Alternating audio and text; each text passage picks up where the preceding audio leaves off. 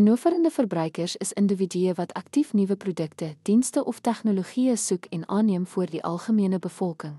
Deur hul eienskappe te verstaan, help dit besighede om vroeë aanvaarders te teiken en strategieë te skep om markaanvaarding te versnel.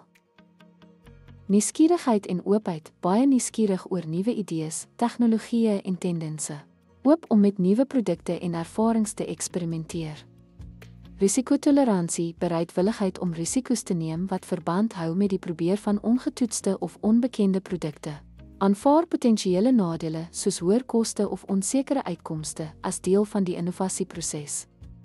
Vroeë aanvaarding gereeld onder die eerstes om nuwe produkte of dienste te koop en te gebruik. Speel 'n belangrike rol om latere aanvaarders deur middel van resensies en aanbevelings te beïnvloed. Hoër sosio-ekonomiese status het dikwels die finansiële hulpbronne om in innoverende produkte te belê wat dalk 'n premieprys het. Opgevoed en ingelig wat hulle in staat stel om die voordele en kenmerke van nuwe aanbiedinge te verstaan.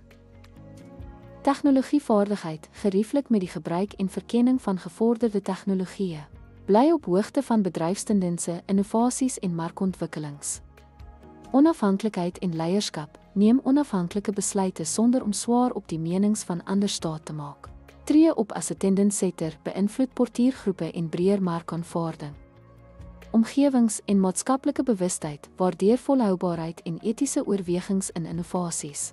Soek produkte wat ooreenstem met persoonlike waardes en bydra tot maatskaplike vooruitgang.